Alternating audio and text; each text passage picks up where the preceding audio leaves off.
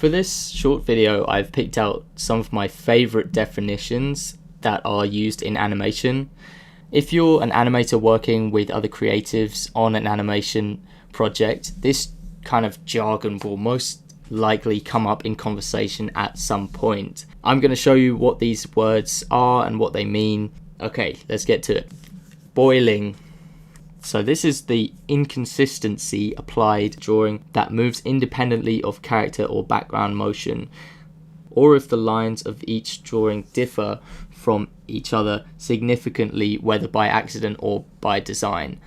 Cleanup. This is the act of standardizing the appearance of a drawing or image by a cleanup artist typically, or if you're an independent animator, you can do your own cleanup.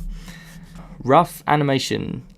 This is the opposite of cleanup, I guess. It's loosely and speedily drawn 2D animation that allows an animator to rapidly check the proposed action prior to any detailed and more time-consuming drawing being attempted.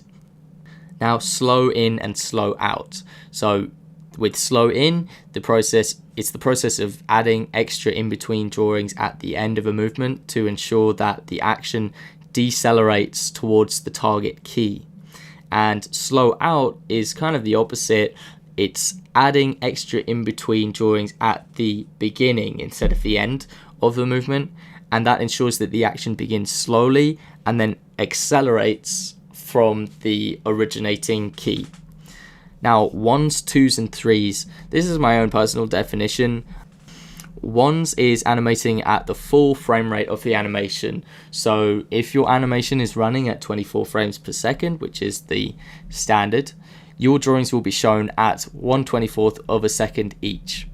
But if you animate on twos, your frames will count for twice that amount of length. So that takes up 2 frames each, making them shown for 1/12th of a second each. And with threes, the frame will be represented as 3 single frames, and so on and so forth. So this one's interesting. The next definition, twinning. And this effect is a drawing problem, I guess you'd call it, when the drawing or character is too symmetrical.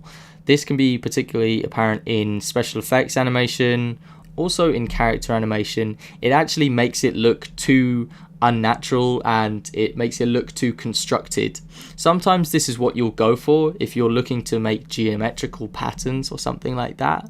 But if you're looking for something natural, you want there to be a difference on either side so that it's not directly symmetrical. Okay, so the next keyword is morphing. This is a change in attitude or motion that is accomplished by modifying the character's design and growing or morphing into the next pose. This is usually visible to the viewer. Live action, the filming of actors in natural scenery.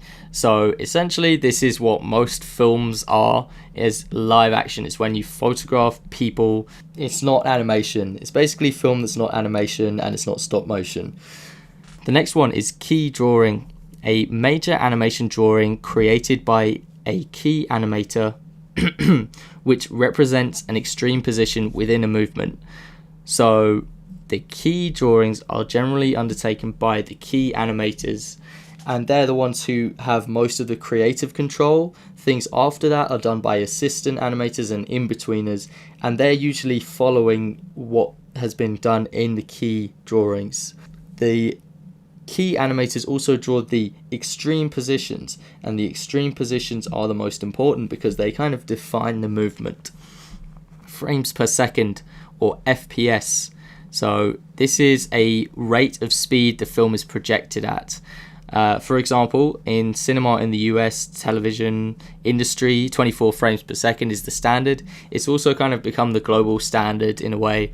Apparently British television is 25 frames per second, and there is a new trend with high quality television which is 30 frames per second. But if you want advice on what kind of frames per second you should be doing your animations at, I would recommend 24 frames per second just because it appears to be the most industry standard out of all of them. So a take is a close-up shot with a character reacting to something. I put this in there because it's one of the most common parts of animation, of an animation. So you'll have to probably come across this at some point.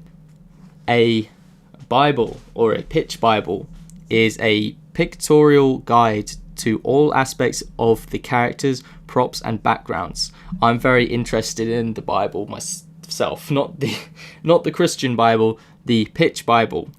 So television animation Bibles may also include clean model sheets, brief story outlines, and written descriptions of the character's personality and attitudes. So that's a really interesting one there, one that I'm very interested in myself. I'm going to leave the text description of all of these below so that you can look them up yourself. And I hope these keywords have been interesting and useful to you, so the next time you're talking with other animators, you'll be able to know what they mean when they use one of these terms. And yeah, so I'll see you next time. Thank you for watching. Subscribe if you haven't already. Go to my website, animatorguild.com. I'll see you next time. Goodbye. Because the VCAM method is very messy. Like, if you open up anyone's scenes, I've collaborated with a lot of other animators. I open up their scenes, they're using VCAM. Their stuff is just all over the place. It will be out of the frame and stuff. And it's quite hard if you're working with another person to understand what they're trying to get